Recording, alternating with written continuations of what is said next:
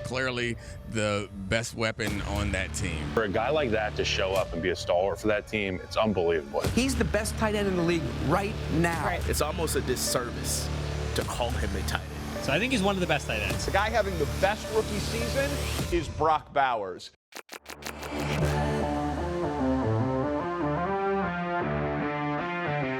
Dula's in the backfield. O'Connell settles in the pocket. He climbs. He floats down the field. He's got his man at the 5. Into the end zone. Touchdown, Brock Bowers. Quick throw. He's got Bowers. Near sideline 20. Gets away. Tackler 10. Bowers into the end zone. Touchdown, Raiders. Eyes downfield. Lobs from the middle. It's caught at the 5. Brock Bowers holds it in. Throws over the middle. Bowers. Oh, my God. He snagged that out of the air with one hand. He caught a ball in the middle of the field and just took off and finished it himself. He can take it the distance. There needs to be some real consideration for what Brock Bowers is doing.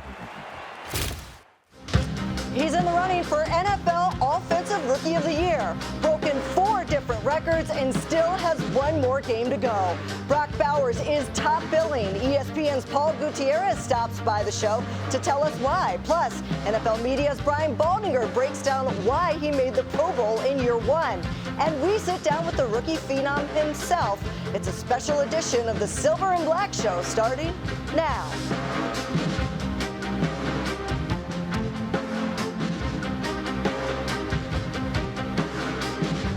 Happy New Year, everyone. Welcome into the Silver and Black Show. I'm Amber Theoharis. As we say goodbye to 2024, there is one thing Raider Nation will always remember. This was the year tight end Brock Bowers became a Raider. When he was drafted 13th overall last April, some scratched their heads and they wondered, why take another tight end when Michael Mayer was just selected the year before? Well, one person not scratching his head was GM Tom Telesco, who knew the Raiders could be getting a once-in-a-generation type player. Well, over the past 17 weeks, Bowers has had a historical rookie season. And throughout this show, we're going to make a case for why Bowers should be named Offensive Rookie of the Year. And to get perspective on Bowers' season, we welcome in our good friend from ESPN, Paul Gutierrez. Paul, Happy New Year to you. Good to see you. How you been?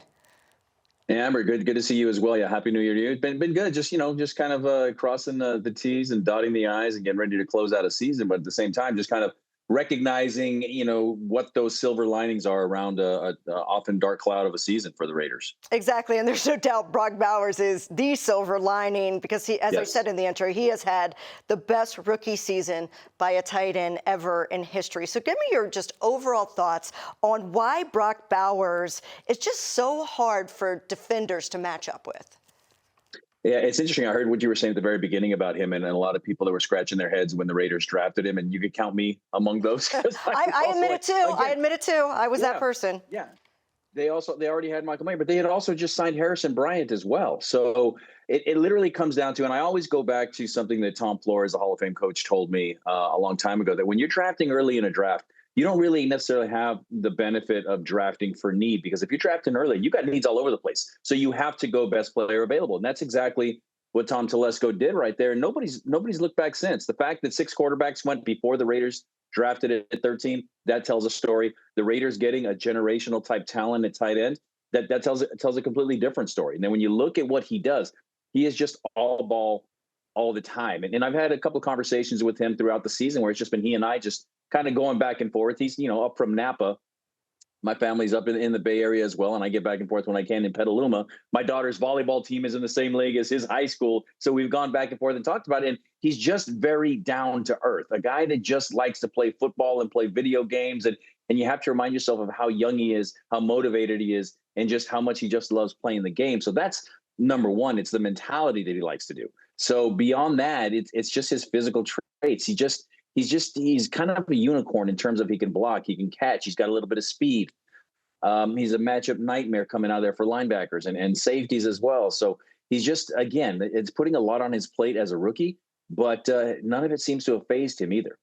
How have you seen him handle it? Like, you kind of just answered the question there. You said it doesn't really faze him, but, I've interviewed him too as well. We're going to interview him in this show. He's clearly a guy that doesn't like the limelight. He would much rather have people be talking about something else. But if you're going to be a superstar in this league, which he already is, you kind of have to get used to it. So have you seen progression in kind of accepting the NFL for what it is, which is also a marketing machine? Yeah, you know what I've seen is I've seen a guy that's kind of let his guard down a little bit, just talking to him at his locker. And you've been in enough locker rooms and clubhouses throughout your career as well, Amber. When you're talking to guys, they seem to let down a little bit and show you a different side of themselves, the real them, when there's not cameras around, so to speak, when you're just kind of shooting the breeze, cutting it up with them. And that's what I've seen a lot more of him this year. And the more comfortable you are in your own skin, the more comfortable you're going to be when you're under all that armor, when you're under that helmet, when you're under the pads and the jersey and everything, and you're kind of a nameless, faceless guy out there, and you're just be able to do it. And it's rare when you don't see a rookie hit that wall. It seems like he hasn't not only has he not hit a wall, he's kind of leaped over it and kind of taken off with everything that he's done. And again, doing it with three different quarterbacks throwing him passes throughout a year. I mean, there hasn't been a lot of stability in terms of who's delivering him the ball, and yet he has just been as Devontae Adams, again, another guy that's no longer with the team. But in training camp, he was just Mr. Businessman. He was BM, businessman, because he was just all about that business. And when you see him kind of taking off now towards the end of his rookie year, at this point, these guys aren't rookies anymore, but I don't think it's any more obvious than the way that he has just taken off. And he's not only not plateaued, but again, I just keep saying, he just keeps taking off. And it's really impressive to watch. It's encouraging, that's for sure. It's undeniable that quarterbacks there's a bias towards the quarterbacks when it comes to NFL season superlatives. I'm not asking you, will Brock Bowers be Offensive Rookie of the Year? I'm asking you, should he be, in your opinion? You've covered a lot of Rookie of the Year campaigns. I would say he's definitely in the conversation. Quarterbacks, it's a quarterback-driven league. It's the most important position in all of team sports, in my opinion. And it's the hardest position, and the quarterbacks get too much of the credit when things go right, too much of the blame when things go wrong. A receiver, a tight end, a pass catcher, a running back, they can't get the ball unless a quarterback is delivering it to them. And that quarterback can't deliver it to them unless they have time from the offensive line to do it. So he's got that battle to fight there. But if you want to just look at pure numbers, look at the stats, look at the records that Brock Bowers has been setting. I mean, on Sunday, he took down 3 guys in one game, from Mike Ditka to Puka Nacua to Darren Waller. He broke all those guys. He took them all off the record books on Sunday, and he still got 1 game to go. Granted, a 17-game season, but that's the way the league is, and that's what these guys are paid for. And as he said, there's been a lot of ups and downs this year, but he gets paid to play football, and that's kind of his mentality all along. You know what always impressed me, because I would always say this, especially when I host fantasy shows, that don't draft rookie tight ends, because they're not going to get you any points. Rookie tight ends struggle in the NFL. They just do. It's a tough position to transition from college to the NFL, even if you come out of the SEC. What was Brock Bowers able to grasp that young tight ends typically take a couple of years to grasp in the NFL? I may be kind of jumping not the shark, but I'm kind of not losing the plot or anything here. But to me, it's kind of like this. It's like his greatest strength may also be his biggest weakness, in that he doesn't know that he's not supposed to be doing this. He's just going out there and playing. I talked to him after the game the other day, and I just dropped the numbers on him, the stats, and he's still kind of sitting there going, I never imagined I would catch as many balls as a rookie. I never imagined I'd have that much yardage pass receiving as a rookie. So it's something that he doesn't necessarily have goals. He doesn't have like a number in mind, but he just go out there and play. And when his number's called, he wants to answer it. And that, to me, again, it's all about the mindset of a young, mature player who has seen the stage, and the stage is not too big and the lights are not too bright. It's really encouraging that this is a cornerstone for this franchise going forward. You talk about his mentality. He told me, as soon as I catch a ball, I just think get vertical. It's kind of like the see ball, hit ball mentality. We were both baseball writers at one point. The guys to just make it simple. Like, I'm going to get up there, I'm going to see it, I'm going to hit it, or I'm going to catch it, and I'm just going to automatically turn upfield. He's a true yak guy in that sense. He's kind of simplified being able to turn upfield. He blows other tight ends away in the NFL when it comes to the yards after catch, as far as statistically. What makes him so dangerous once he gets the ball in his hands? Not the catch, it's after the catch. Yeah, I think it's the physicality that he plays with, but it's not only the physicality, because he is a big guy, right? Yeah, I don't know if you want to take him on if he's got a full head of steam coming at you. But at the same point, the first thing that I noticed about him way back in rookie minicamp, and they weren't going full speed by any stretch, but when he catch a ball going across the middle and he take off, I say, look at him, he glides. He's not running, he's not sprinting, he's gliding. And for a tight end to have that, you saw a little bit of that with Darren Waller, but he was a converted receiver, so he had that speed, but he was a lot bulkier too. But for such a young guy to be able to glide the way he does. And then to also, if he needs to, he'll be physical too. There was a play in New Orleans where he caught a pass across the middle and boom, there was a collision right in the middle of the field. He bounced off and then he kept going forward. He didn't bounce off and fall down and lose yards from the point of contact. He kept going forward. And to me, that's something that can't be taught. That's something that's already innate. That's something that's in you. And when I talk to him about growing up in Napa and he has that Southern drawl from being at Georgia, I'm like, did you grow up in South Napa? I mean, where's this coming from? But this is a guy that would, he went to junior high school where the Raiders used to have training camp at Redwood Middle School in Napa. And I'd asked him a couple of times about what he remembered about being it. But again, he's just so focused, so locked in. He didn't really remember. He said he thought he got Derek Carr's autograph. But again, that's just the guy he is. He's funny because, I don't know if funny is the right word, but he's unbothered by his own fame and talent, it seems like, which is probably going to be great going ahead in year 2. But I do look ahead to year 2, and you automatically think, how are defensive coordinators going to come at him now? We've already seen number 1 corners be matched up with him. How does he avoid the pitfalls? Because it's very rare we see 2 back-to-back great rookie tight ends. We saw Sam Laporta with the Lions last year. But if you look at Laporta's numbers, they're down in his second year compared to his first year. So how do you expect Brock Bowers to fare in year 2 with defensive coordinators really targeting him? Well, I guess it all depends upon who's calling the plays and who's throwing the ball too, right? There's every offseason there's going to be questions. Yeah, so you go from there. But if you have a generational type talent, you find ways to get him the ball. And then there's already kind of been a blueprint written, right? We saw what Sam Laporta did last year. Okay, well, that's what not to do, I guess, if you want to continue to get those numbers. But then you also look across in the division. Okay, well, what has Kelsey done for his entire career? You look across the bay in San Francisco when the Raiders are up here. What has George Kittle done? So there's a blueprint for guys that are these kind of unicorns that can pass, run, they can pass, they can run, they can block, they can do all of those things. So the blueprint is out there, and there's no doubt that it's a copycat league. So once somebody figures out how to kind of, I don't know if you stop him so much as you contain him, you just kind of figure it out from there. And that's the beauty of the NFL, right? It's crazy when you bring up Travis Kelce and George Kittle, and I'm going to throw Mark Andrews in there, some of the greatest tight ends in the NFL. He has better numbers than them this year, and if you look at their rookie seasons, he had a better rookie season than all of them. So that's what's almost scary as you look at Travis Kelce, probably one of the greatest of all time. Brock Bowers is already off to a pretty quick start over top of him. But let me ask you a bold prediction. We haven't even said anything. There is one more game. They are playing the Chargers. Give me a bold prediction for Brock in Week 18. I'm going to say he's going to catch 10 passes. I like just because it's a nice round number. It just sounds good. And he gets up to what? That would put him at 118. Let's give him 12. That'll have him breaking another record. That'll have him breaking another. He needs 9 catches to break the record for the Zach Ertz's record right now for the most amount of receptions by a tight end, not a rookie tight end, a tight end in history. Tight end. So, wow. I mean, a big NFL record could be on the line if he has 10 catches, and I think he could definitely do it. Paul, we appreciate you. Happy New Year to you. Thanks for giving us some perspective on the season. Same to you. I'm going to go take down some more Christmas lights. I did it yesterday. I was ahead of you. All right, coming up, stats are one thing, but the film tells the real story. NFL Media's Brian Baldinger is here with the X's and O's of Brock Bowers' game next on the Silver and Black Show. Every year, millions fly with us at Allegiant because together, we go places. We see old friends and try new things. We laugh.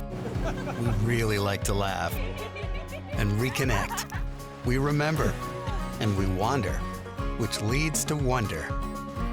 From how we go to where we go to what we do when we get there, we go further together.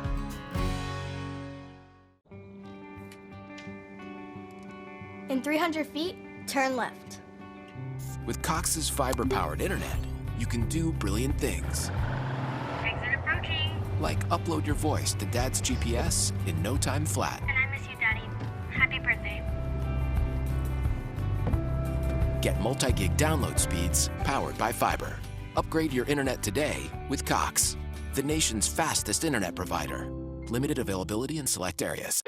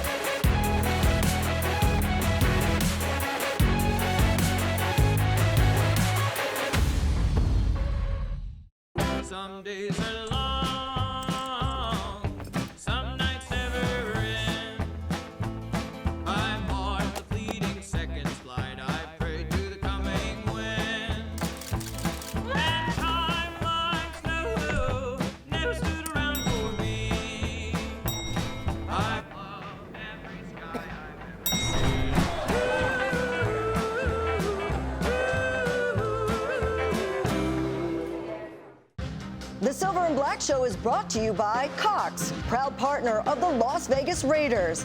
1800 Tequila, official partner of the Raiders. Taste is everything. Please drink responsibly. And by Allegiant, the official airline of the Raiders. Low fares, non-stop flights, only at Allegiant.com. Oh my gosh, where did even start? There's a lot to like about Brock Bowers. How he plays, how great of a person he is. He has an amazing family. You know, Brock's actually very funny. He makes like very small jokes with me during practice. He's actually very funny, you know what I'm saying? So I like when I talk to Brock, he responds with some sarcastic joke. My favorite thing about Brock, man, he's just a cool guy. You know, he rides his Harley into work every day. Says, hey, let's ride. I don't be seeing these one-hand catches he be having across the middle. Ain't fearing nothing across traffic like this. I just like him. He's just a nice guy. You know what I'm saying? It's his comebacks. When I talk that smack to him, he's not the best at comebacks, but it makes me laugh. Everything. Silent assassin. And he's quiet but deadly. His one-handed catches. It always comes in the clutch, man. He's himself every day. He comes to work. Loves the ball. Respect the guy. You know, that's what I gotta say about Brock Bowers. He's amazing. Definitely Offensive Rookie of the Year. Why not Brock? Brock Bowers' record-breaking season has him in the running for Offensive Rookie of the Year. To learn why Brock Bowers should be awarded the Offensive Rookie of the Year, visit Raiders.com/Brock for OROY. Welcome back as we continue to talk about Brock Bowers. It's not just about the stats, it's about the X's and O's. So we bring in our best X's and O's guy, NFL Media's Brian Baldinger, who always breaks it down for us. You can catch him on Baldy's Breakdowns over on YouTube and NFL.com. Baldy, Happy New Year to you. Thanks for joining us again. Good to see you twice in 1 year. Amber, Happy New Year to you and your family and everybody with the Raiders. And it's good to be with you. Good to see you again. Thank you. You as well. We always like to look at the actual film. I know you hate stats. You like the actual film. So first, let me ask you, though. I know you're a big historian of the game. Mike Ditka's 1961 rookie record, that stood for 63 years for the most receiving yards in a season by a rookie tight end. Put into perspective exactly what Brock Bowers has done in 2024. I did not know that stat, Amber. That catches me off guard, considering all the great tight ends that have come after Iron Mike was in this league. But what it says to me, number one, is it's a difficult transition for any tight end from college to the pros. Antonio Gates is going up, for Hall of Fame this year. I mean, he was a basketball player, converted. But I don't care if you're a basketball convert, Tony Gonzalez, Antonio Gates. I don't care what your name is. It's a difficult transition from the college game to the pro game at a lot of positions. But when you tell me that record has stood since Ditka's rookie year, then that tells me how difficult that transition is. No doubt about it. And right now, if you look, we're in Vegas. Let's talk about Vegas odds. Bowers is second, only behind Jaden Daniels as the odds-on favorite for the Offensive Rookie of the Year. If he wins, he would be only the second tight end in NFL history to win the award. Of course, the first was Ditka. So how much should voters weigh position played? Because, they love the quarterbacks. How much should they weigh position played, as well as whether the candidate's team is going to the playoffs or not when casting their vote for Rookie of the Year, in your opinion? Well, I'll be honest with you, Amber. I love Jaden Daniels. We all do. We need great young quarterbacks. He's been a star since literally week one. He's getting his team to the playoffs. They also were a moribund franchise before he got there, but they have turned things around in large part because of him.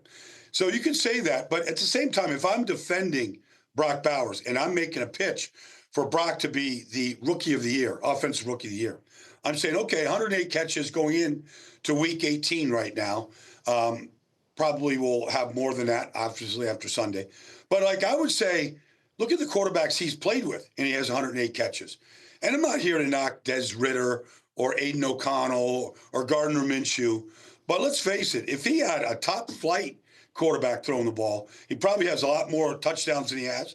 He probably has more catches because he is an elite talent. And I do think you have to weigh positions and factor in that, you had 108 catches from three different quarterbacks. None of them are frontline starters. And you're still able to put up those kind of numbers. That's eye-opening to me. Yeah, it's historical as well. So, all right, if you could just sum it up, let's make it pretty simple. What makes him so good? Well, I could take you to the videotape here, Amber, because there's a lot of different things he does from the skill set. Look, I mean, I think they've done a good job of moving him around this year, motioning him one side of the field to the other, inline tight end, in the slot. Like, they put him in a lot of different positions, which tells me he's got to learn all these positions, which tells me he's smart. Like, he has learned all these, whether he's playing the X receiver, whether he's playing a traditional wide tight end, whatever it is that he's playing, but he's able to adjust. So you watch him at Kansas City, he's going to motion in right now. So we call this short motion towards the formation right now. I love this play for any tight end. It's just basically a tight end delay. Block the tight end or the defensive end, leak out, and then what he's been able to do is he always gets yards after the catch.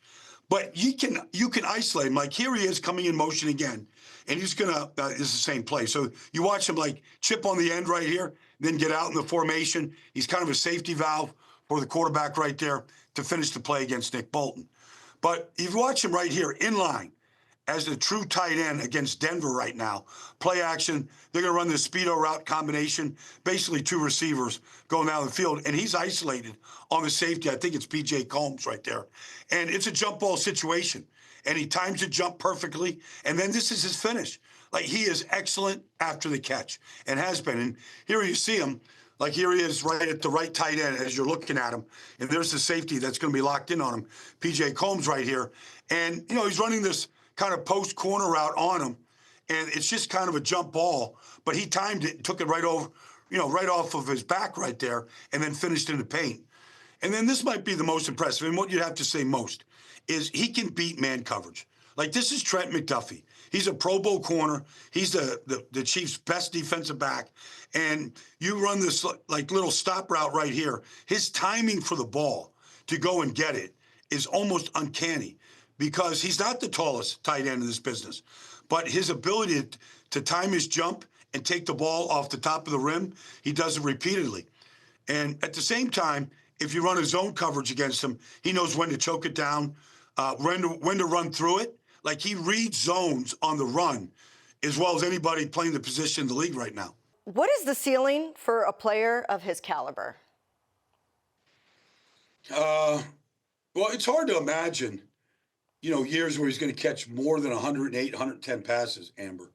So I think really it's enjoying more success than he's had. They had a 10-game losing streak, got a couple W's here. I mean, nobody likes losing. So it's to help build a culture that's a winning culture. And I think that I don't know if we're going to see – he'll score more touchdowns in a season. That's always good. That helps the offense. That helps the team. He can beat any linebacker, any safety one-on-one right now. Like the way he catches the ball, the way he positions himself. I think he understands all that, so that could get a little bit better. But, they need stability at quarterback here, Amber. And what has to eventually happen, like we're seeing with Justin Herbert and Ladd McConkey, is just a trust and a belief. And I was just talking to Tom Brady a couple weeks ago about red zone offense. And he was like, sometimes it's good just to have Gronk and just throw it up to him. Yeah. Sometimes that just makes me better. You can design all this offense you want and all the creative things that we see around the league. But sometimes it's good just to have a monster you can throw the ball up to. Just trust that he's going to go get it. And I think that's where the injection of advancement is going to come when he builds that trust and relationship with whoever ends up becoming, hopefully, your starting quarterback for a long time. I agree with you, Baldy. I've been screaming that all season long. Just take a shot in the end zone. When you're in the red zone, they're not taking enough shots, in my opinion, to Brock Bowers. Just throw it up. He's going to come down with it the majority of the time. So I think we'll see that in 2025. So if you are a GM, if you're Tom Telesco, if you're making the decisions and, you have a top 10 pick, is quarterback undeniably the pick that you have to go with? Or, Justin Herbert was already with the Chargers last year and they went with Joe Alton. Look what's going on with them. Yeah, I mean, so are you saying, okay, is Aiden O'Connell your starter going forward? If you're okay with that because there's been injuries, there's some play that isn't a standard, NFL quarterback play right now. if you want to win at that level, you've seen how few turnovers Justin Herbert has had so far this season to get this team to the playoffs. If you can't overdraft these quarterbacks, which so often happens, Amber. So I can't sit here and say, okay, Cam Ward has to be a top 10 pick and the Raiders have to take him. Bo Nix wasn't a top 10 pick, but look what Bo Nix is doing, married with, a Hall of Fame coach. The guy's been fantastic. So, and he's turned that franchise around for the first time. The Raiders need a guy that can line up for 17 games, Amber. They haven't done it since Derek Carr did it 10 years ago. And before that, they didn't do it for 12 years before, Rich Gannon did it. So they need somebody that can line up, stay healthy, and they can build with. And I don't know if that guy is on the roster right now. Let's kind of switch sides. We just saw Trent McDuffie, the Chiefs had no problem putting their best corner on Bowers. We also saw that with Denver. Pat Surtain was traveling with Bowers at some point. If you are a defensive coordinator, how do you game plan for him? Well, those are two of the best. I mean, right there. Those are two Pro Bowl corners.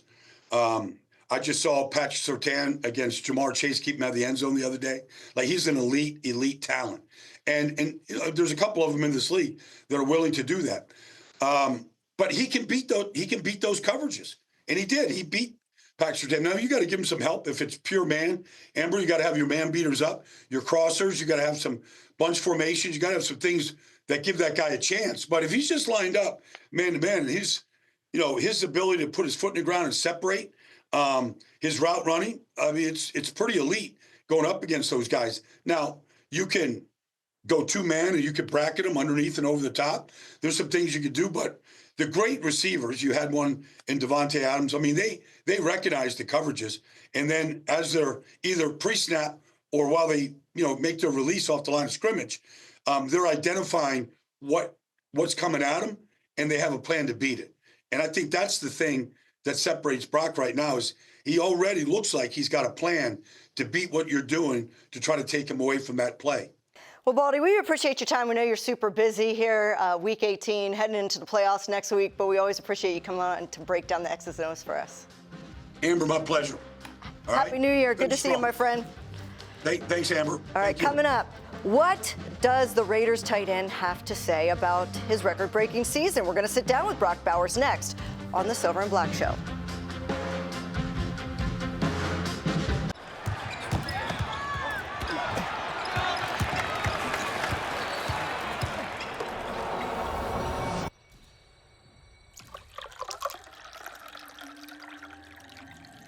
Taste is not an option. Taste is everything.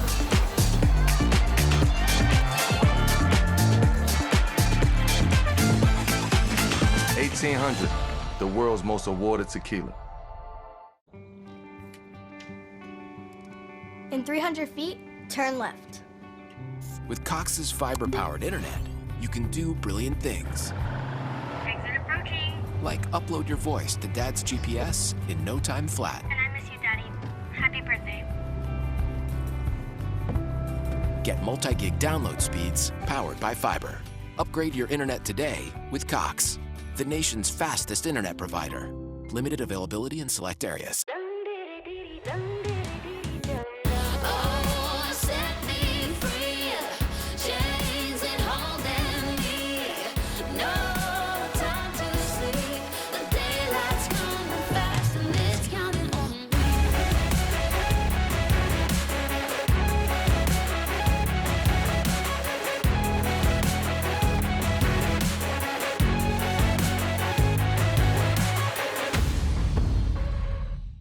Every year, millions fly with us at Allegiant because together, we go places. We see old friends and try new things. We laugh. We really like to laugh. And reconnect. We remember. And we wander, which leads to wonder. From how we go to where we go to what we do when we get there, we go further together.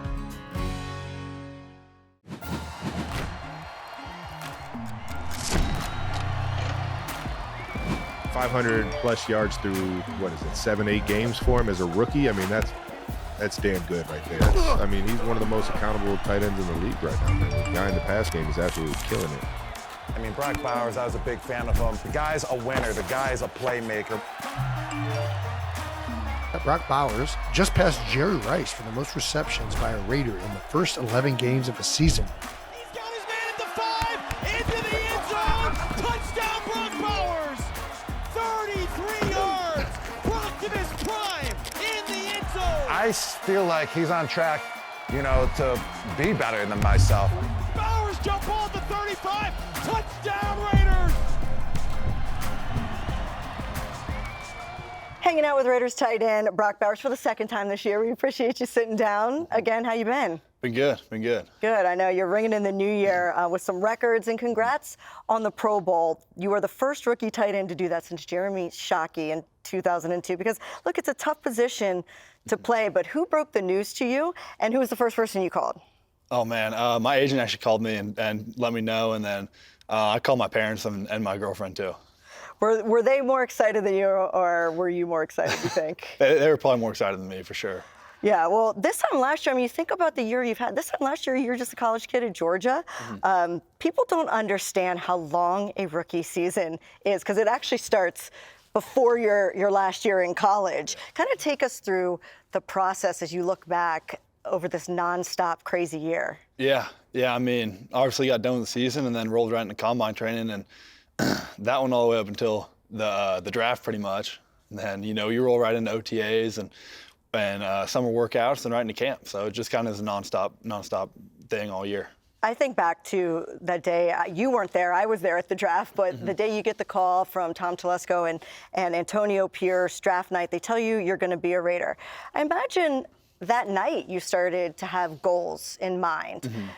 What were some of those goals that you set for yourself that night, or at least your mentality that night? Yeah. I mean, I was I probably didn't set any goals that night, but I've been thinking about it the next couple of days, next couple of weeks. I mean, I just wanted to come in and try to positively impact the team as much as I could, and I mean, just try to play as hard as I could whenever I got out there. Was your formula just to keep it simple? Because every time anybody talks to you, it seems like you're just like, if I just play football, good things will happen. Yeah. No, I mean, I'm just focused on doing my job and doing the best I can and winning each rep. I don't know. You've won a lot of those reps. What is the number one thing that you think you've learned about what it takes to find success in the NFL? Was there something you learned along the way that you're just like, okay, I need to do more of this? Oh, man, that's hard to say. I mean, I'd just say just consistency, just staying consistent throughout the days and the weeks and just what you do day to day. I know you're a young guy. You probably didn't know a lot about Mike Ditka, and then you break a record that stood for 63 years. Does that record, especially because it was held for so long in the NFL and he is such a legend, did that mean a little bit more, because it must be hard to break if it stood for 6 decades? Yeah, no, it's pretty awesome, and I'm honored to be even mentioned with him and those other names that were up there. So yeah, it's pretty sweet. Who was the tight end that you watched growing up and was like, okay, that's who I want to be like? I mean, I was never going to be as big as him, but I liked watching Gronk growing up. Oh, yeah? Yeah. Was it just the way he could just win any one-on-one matchup? Do you have that mentality that 50-50 ball is not 50-50? Yeah. I mean, you got to have that mindset as a receiver. And yeah, I mean, just the way he ran, and he ran angry, and like no one could tackle him, so it was pretty cool.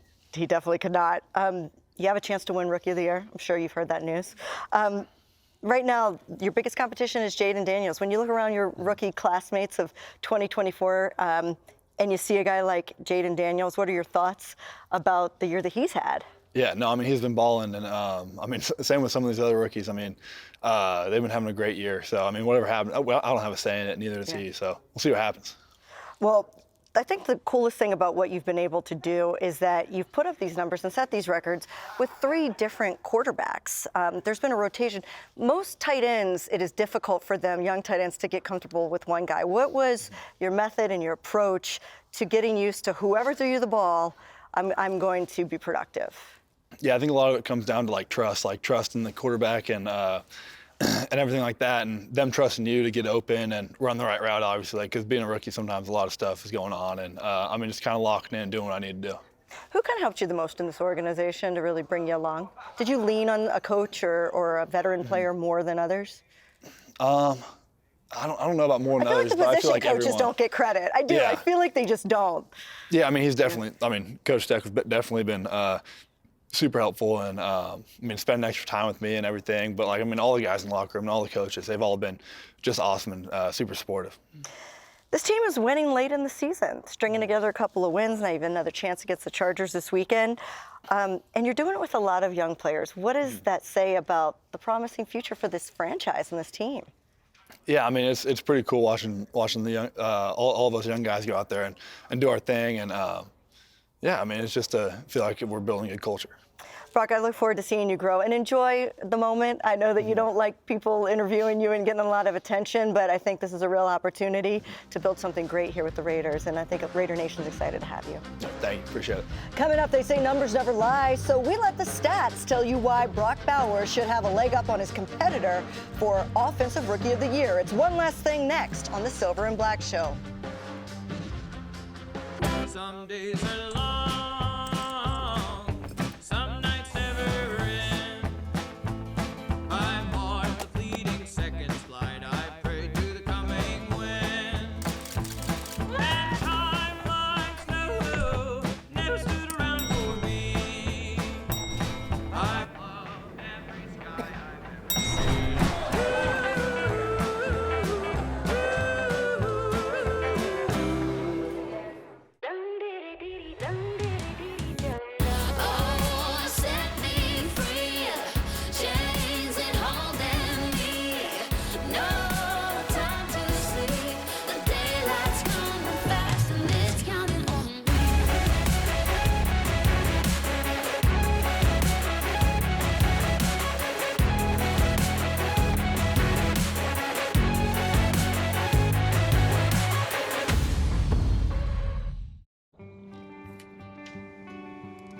In 300 feet, turn left. With Cox's fiber-powered internet, you can do brilliant things. Exit approaching. Like upload your voice to Dad's GPS in no time flat. And I miss you, Daddy. Happy birthday. Get multi-gig download speeds powered by fiber. Upgrade your internet today with Cox, the nation's fastest internet provider. Limited availability in select areas.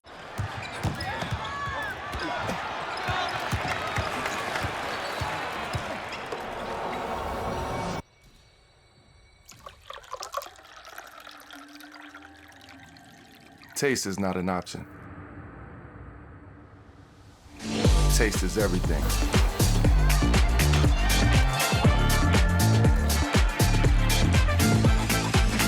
$1,800, the world's most awarded tequila. The Silver and Black Show has been brought to you by Cox, proud partner of the Las Vegas Raiders, Ticketmaster, the official ticket marketplace of the Las Vegas Raiders and the NFL, and by Allegiant, the official airline of the Raiders. Low fares, non-stop flights, only at Allegiant.com. Ah, would you look at that? The NFL's most prolific tight end.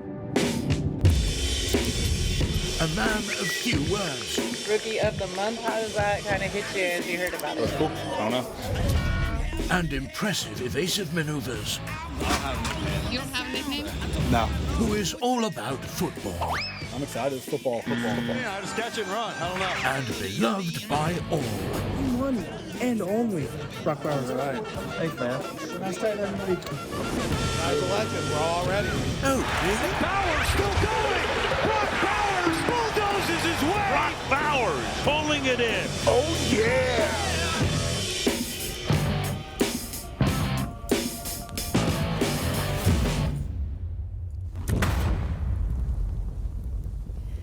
Time now for One Last Thing. Coach Antonio Pierce was asked to make a case for Brock Bowers for Rookie of the Year. His response was pretty simple. Just look at the records and look at the stats.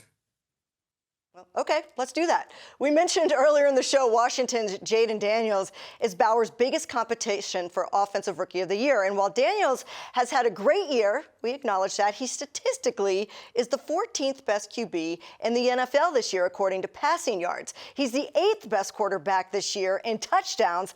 In fact, his highest ranking in a major offensive category is 6th, and that's for completion percentage. So yes, quarterbacks get all the love when it comes to awards, and yes, the Commanders are in the playoffs.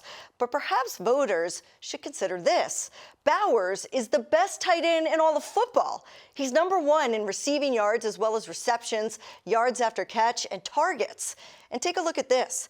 He's only 9 catches away from having more receptions in one season than any tight end, rookie or veteran, in NFL history. So shouldn't having the best rookie season ever at your position outweigh whether your team went to the playoffs? Rookie of the Year is an individual award.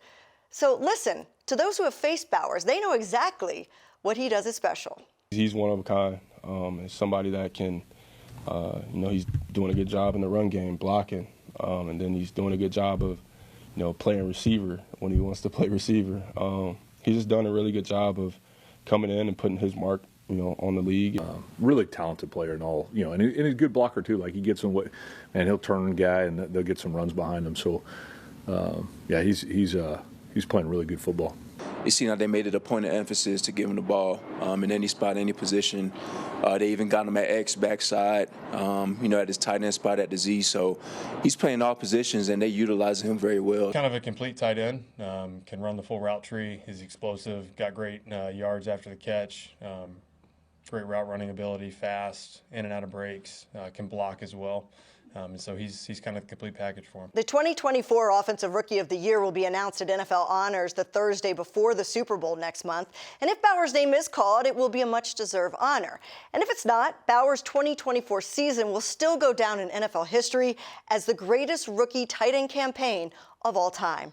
That'll do it for us. We'll see you for the season finale against the Chargers this Sunday, 1:25 p.m. kickoff from Allegiant. Let's close it out in style, Raider Nation. We're going to see you out there.